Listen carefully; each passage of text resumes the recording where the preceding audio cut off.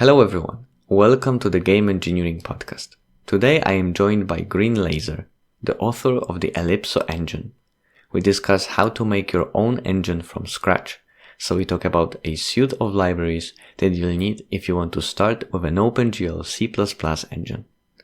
I hope you enjoyed the episode. Tell me a little bit about you, what's your name, who are you, and about the Elypso Engine that you're building. You can call me Greenlaser. Elypso Engine is my C++ OpenGL engine that I built by myself. And I use a couple of open source libraries like GLFW, GLM, and a couple of others to basically render a lot of the stuff because OpenGL itself really doesn't provide those things. So those libraries that I add on top of my source code kind of help with the whole progress.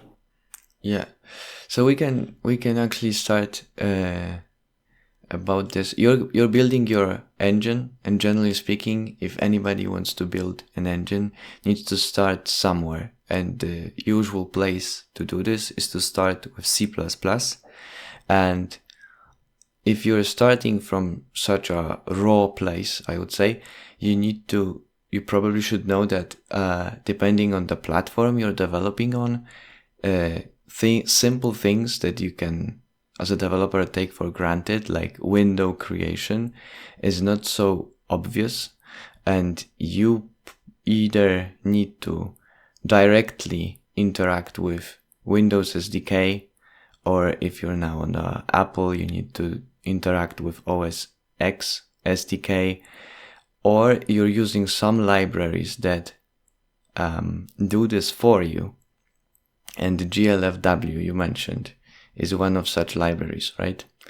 Yeah, GLFW is basically usable for rendering a simple window. I think it's also cross-platform, so you may be even able to use it on Linux and Mac as well. It literally just allows simple input detection, like all your keyboard and mouse detection, and it builds a window that you can use other libraries to render stuff inside of.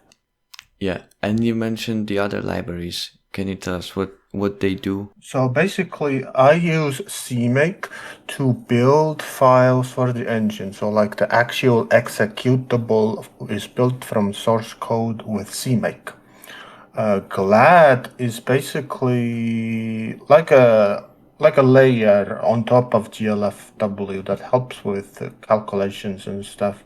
And GLM is also calculation thing, but for graphical things. Then a small library I use is called Magic Enum.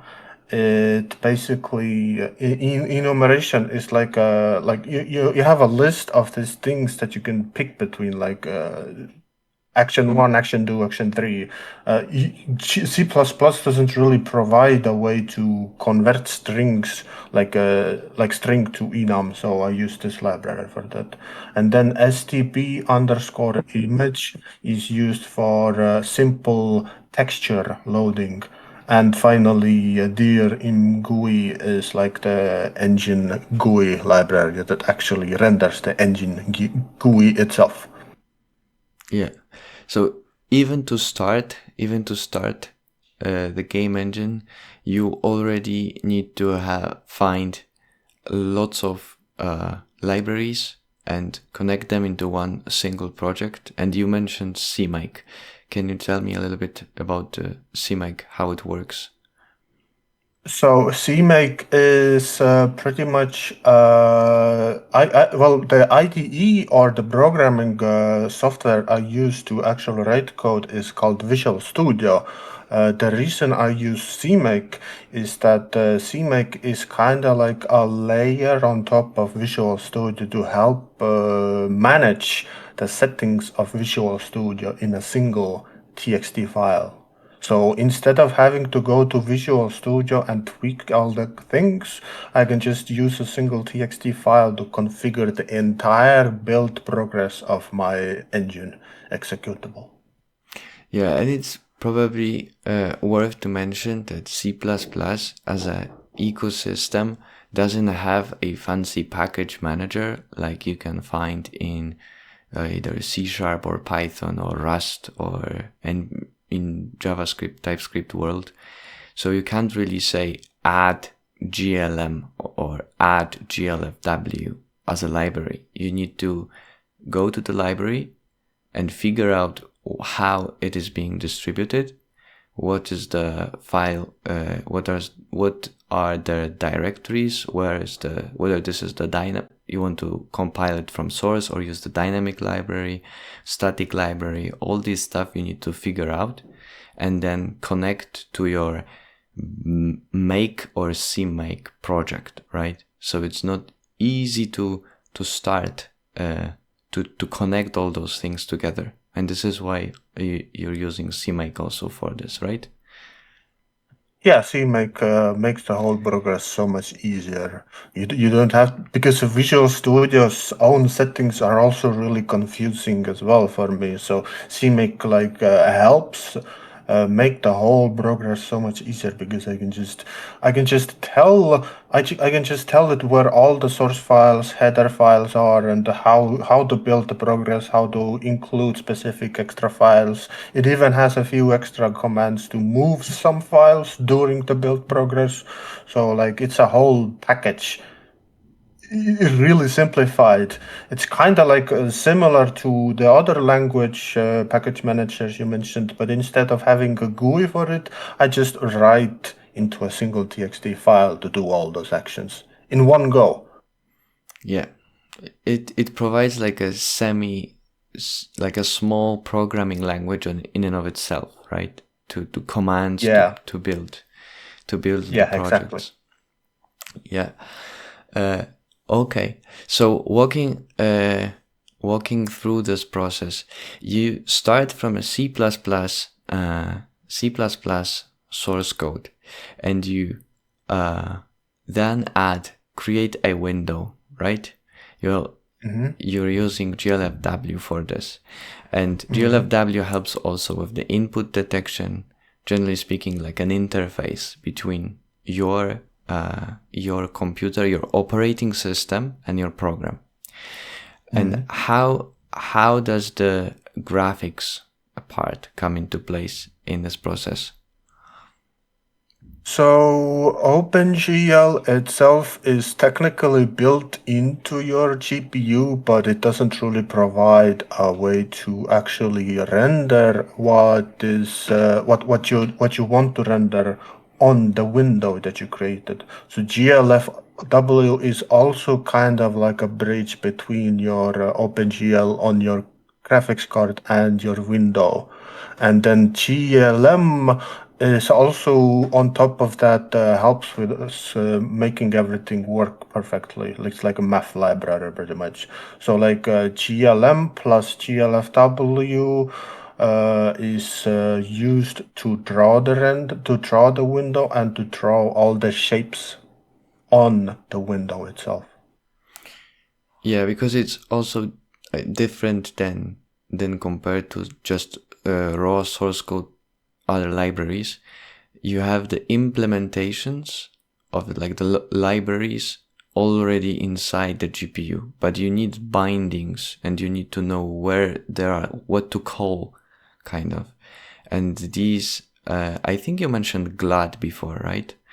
I think Yeah. GLAD helps with that, to provide you with the actual bindings, that if you call the binding like a function, it will actually do what it's supposed to do with the implementation that is already there on your GPU.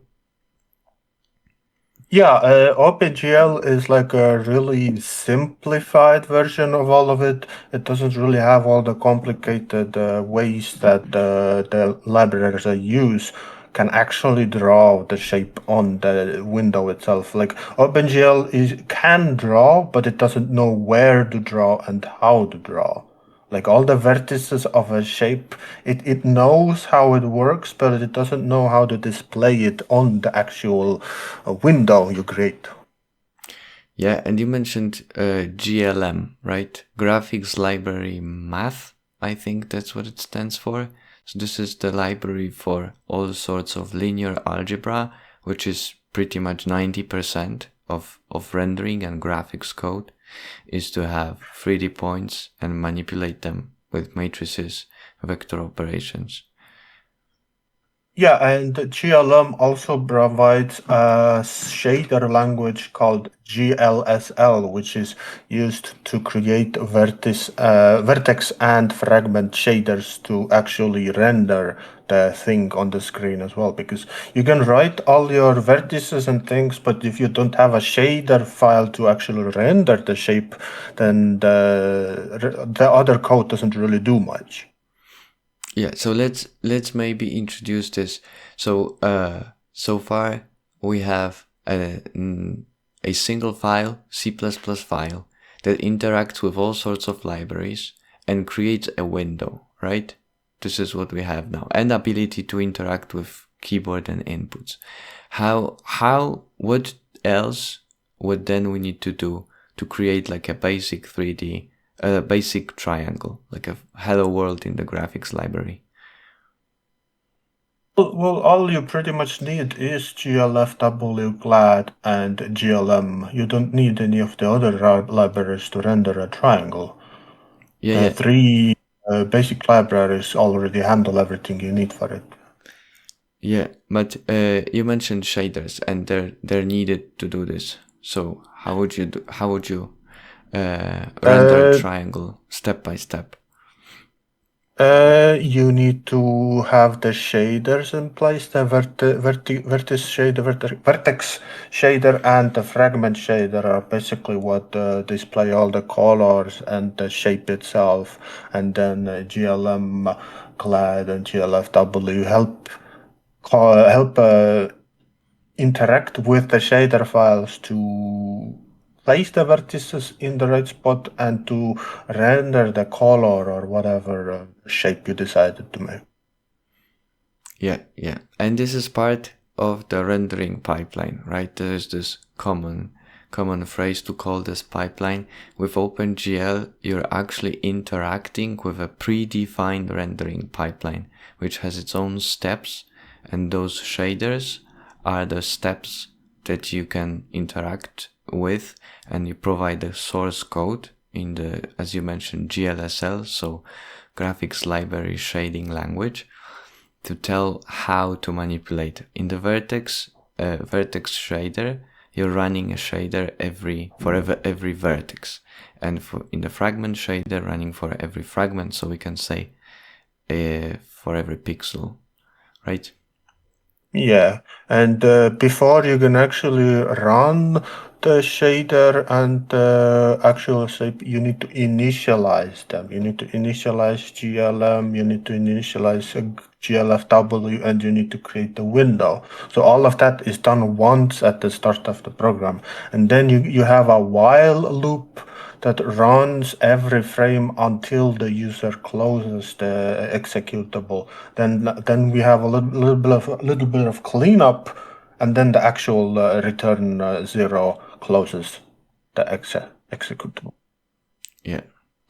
So this would be like the hello world example of the graphics programming to set up all these libraries. Render a triangle is usually considered like a first basic program in this world. And what would you say where this transforms into game engine, like a full float game, full game engine with ability to do stuff inside and make games with it? Well, to actually make a program and to actually interact with stuff, like the next step usually after a triangle is to make a cube shape. So instead of just three vertex points, you have 8 vertex points, and you connect each one of those together to make the cube shape. And then from there, you start to make more complex shapes and more complex shaders to actually render a scene. Okay, so adding more complicated 3D models, we've actually 3D because let's say triangle is doesn't have depth, so it's pretty much flat. So adding more complex scenes to render them.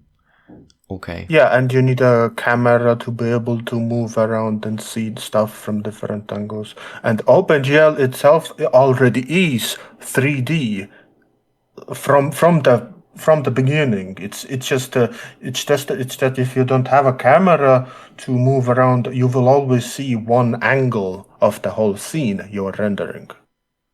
Yeah. So how does this development differs from developing, for example, in a engine like Unity? The difference is that Unity already has everything set up for you, and you just write like a function or some kind of a thing you want to do for an already built engine. Like they handle all the rendering, all the graphics, all everything you need to build a game. They already have it in place. But for my engine, I have to build all of the groundwork from scratch. I don't have like a working rendering pipeline. I have to build that from scratch myself with the provided libraries. Okay. So maybe that's the proper also place to ask why are you building Elypso Engine? Why have you decided to spend your time and effort on it? So the primary reason is the scandal that Unity pulled off in 2023 with its payment updates. So that was kind of like the last straw for me. I just couldn't. It looked like Unity was going downhill for years, and then that was the last point for me. So I just decided I could use my own engine, so I wouldn't risk any future games to have any problems that Unity could have in the future because of the scandal it did. Have you considered the Godot engine? It doesn't provide the same mechanics that Unity does. It's much more simpler, and it's more for 2D games. Okay. So you're building Elypso Engine for 3D games with this 3D mindset in mind. Do you have plans whether it will be open source? Oh yeah, it already is open source. I already have the repository available on GitHub for anyone to see all the source code. And you want to remain in this spirit throughout the development? Yes. Okay. Okay. So coming back to the technical aspects of Elypso Engine. So we mentioned and we covered the rendering pipeline, how it would look like to create a scene with probably a camera that moves around and you can view the scene from different angles, things like that. And you mentioned Dear I Am GUI. Can you tell me more about the library? Their ImGUI is the engine GUI rendering library that I use to draw all the like GLFW draws the actual engine main window itself, but ImGUI is like draws all the little windows, all the buttons and everything you can interact with the engine GUI. ImGUI handles that part of the engine. And I Am GUI, I think, is a quite popular library in the C++ world, right? Yeah, it's really popular and it's also open source. Yeah, I think one of the advantages is also that it does not have external dependencies, so it's quite easy to build, and it's mainly C++, which is an important part for the libraries in the C/C++ world, to have easy way to build them and easy way to use them. Yeah. Okay. And I think the Elypso engine already has foundations for ECS, so Entity Component System, right? Yep. So can you tell me a little bit more about what ECS is and what's the deal with ECS in general, why it's useful? So you can think of ECS as a way for each game object to have its own identity apart from the rest of the game objects. So each game object has its own transform, mesh, component, and any other components it may need. So transform is pretty much its own position, rotation, and scale. The mesh is the actual mesh of the object, like the shape, and the material usually has things like shaders and textures and things. So how it looks visually. You can add a bunch more components as much as you want, like physics and any kind of animation. So each one of those components is connected to that specific game object only. No other game object in the entire game engine has the same copy of those components. So that's why ECS is super useful. And ECS stands for Entity Component System, right? So the Yeah. game object would be the entity, right? Yeah. And so you mentioned that you can add more components to it.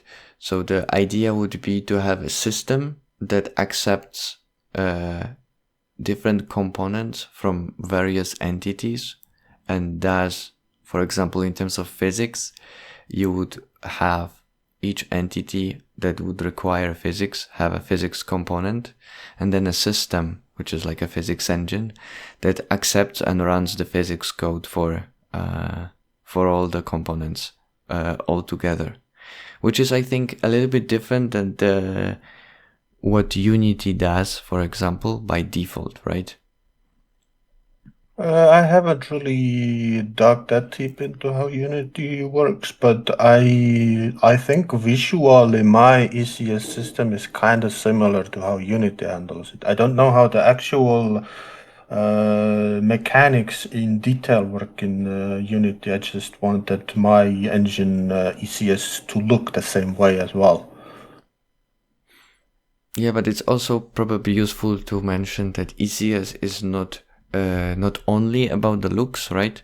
Because you can imagine, Yeah. that once you start building a game, like we mentioned, physics is not necessarily present in every game. So in Unity, what you do is you have the different callbacks that you can implement, like update is for the rendering update for each frame, but you also have a fixed update, which is used for physics, because in order for a physics simulation to be stable, you usually use a non-variable, so constant step size for the physics simulation. So for the rendering, you want to run as fast as possible every frame, but for the physics, for the stability of the simulation, you want to have a fixed size.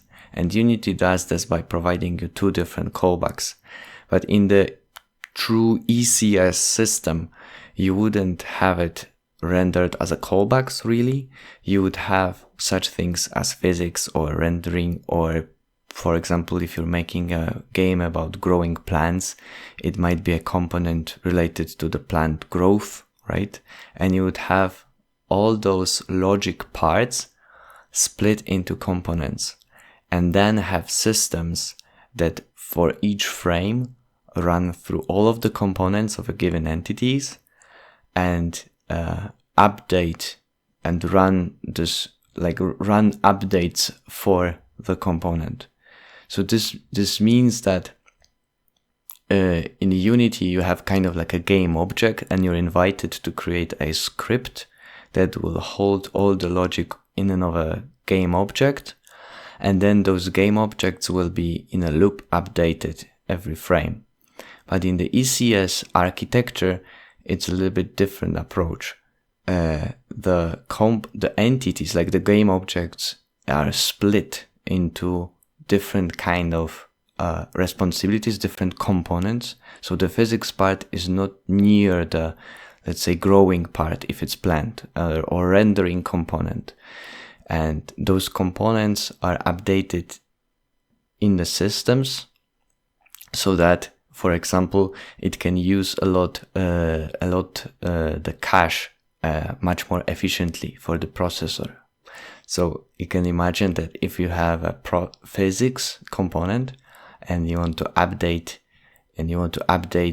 falling objects, right? With having the gravity.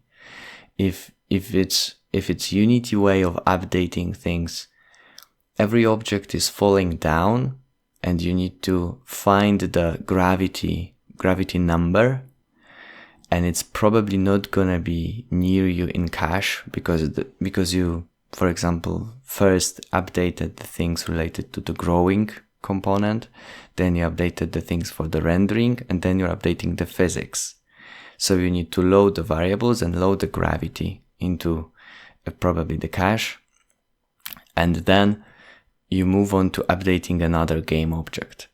But in the ECS architecture, you would update all of the physics components at once.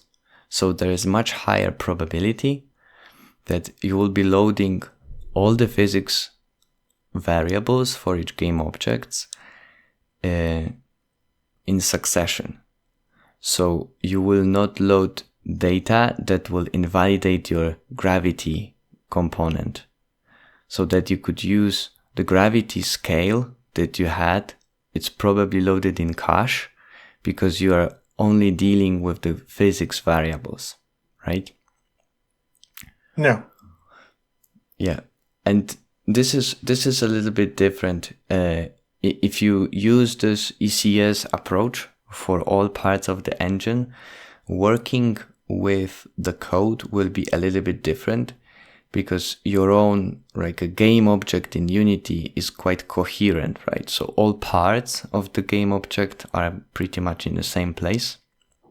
But in the ECS, it's split into components, so it can be a little bit scattered around all the places. Basically, my ECS works with encapsulation, which means that each game object always has a transform, mesh, and material component. So those three are always included with each game object, no matter how many you create. But I will also allow dynamic components, which can be added on top of those static components that every game object must have. So Unity only allows you to have, Unity only forces you to have a transform, but for my system, you always need to have a mesh and a material component as well, because I try to do it in a more direct way, where every game object always has some kind of a shape, even if it's transparent and it's just used for debugging or whatever. It always needs to have a shape, and it always needs to have some kind of material. So the material has some kind of a shader that can make it transparent if that's what you prefer. And the mesh itself can still be a cube, but if you want it to be transparent and not render it, it can be that way. But it always needs a mesh, and it always needs a material to ensure that it runs exactly the same way as every other component. Because every component in my engine, every entity in my engine always needs a shape, whatever shape it can be, and it always needs a material, whatever shader or texture you choose. Okay. Aren't you afraid that in the bigger scenes, the overload with having to render objects that have transparent meshes will become more visible for the performance of the scene? By transparent, I mean that if the object transparency is set to 0, then the object is technically not even rendered at all. Okay. So like, So like there's two kinds of transparency that I will have. So the main transparency is the one that doesn't even render the object. And the second transparency is the transparency you are familiar with, which kind of makes the object partially visible to some degree. Not completely invisible, but you can still see it in some way. But if you set the object to fully transparent with the first transparency value, then the object is not even included in the render pipeline. Like it's still technically rendered, but the graphics pipeline does not see it in any way. So it doesn't put any performance hit in any way on the graphics card. Okay. Okay. Got it. Okay. What are then the next steps for Elypso Engine? What do you have in your immediate roadmap for the next couple of months? What are you now focusing on? Actually, in the couple of months, I want to make the engine like I want to have an extremely basic whole like system ready for making really simple games because in the next couple of months, my engine is planned to go into alpha. So starting from alpha, you will have a full like pipeline from start to finish to make really simple games. I want to finish the node system. I want to finish Ellipso Hub, which works similarly to how Unity Hub works, but with my own engine. And I want to finish adding another library which is called Async. So instead of rendering simple cubes like I do right now, Async will allow me to import like a OBJ model, for example, that already has all the data it needs. And yeah, so Async, Node, and Ellipso Hub are the three major things I want to release. And I think your Trello board is public, right? Yes. Yeah. So if anyone wants to follow your work, where one can do that. The Trello board link is pasted on my Discord server as well. Yeah, so I will put those links also in the description of this episode. So it's you can follow the work and follow the Elypso Engine development on the Discord channel. You can see the board, Trello board with the roadmap, but also you have a YouTube channel where you post updates about the engine, right? Yes. Yeah, so there with the visuals, you can see what's happening in on the Elypso Engine side of things, and how new things with each release change the engine. Yeah, I always release short videos. If I have something really cool I want to show off, I will show that in a separate video, and then I will also want to do more release videos for each released version. I haven't really done that much before. I just did it for 0.0.10. Okay. Are there any lessons learned so far that you would like to share? First of all, from stepping, let's say, away from Unity development, and from, generally speaking, going a little bit more low level into building your own game engine?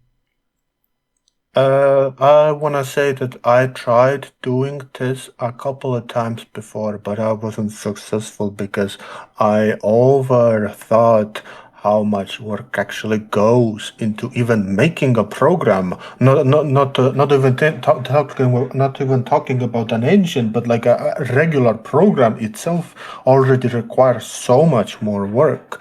And C++ is like another level more difficult from C Sharp.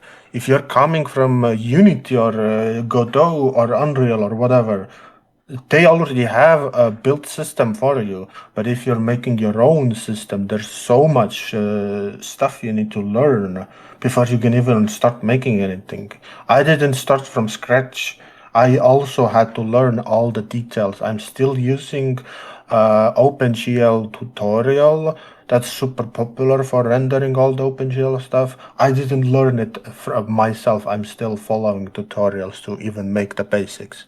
I'm still in the learning process. So you have to learn so much beginner stuff in C++ in general and OpenGL in general before you can even make your own engine or anything graphical. And the tutorial you mentioned, is this learnopengl.com?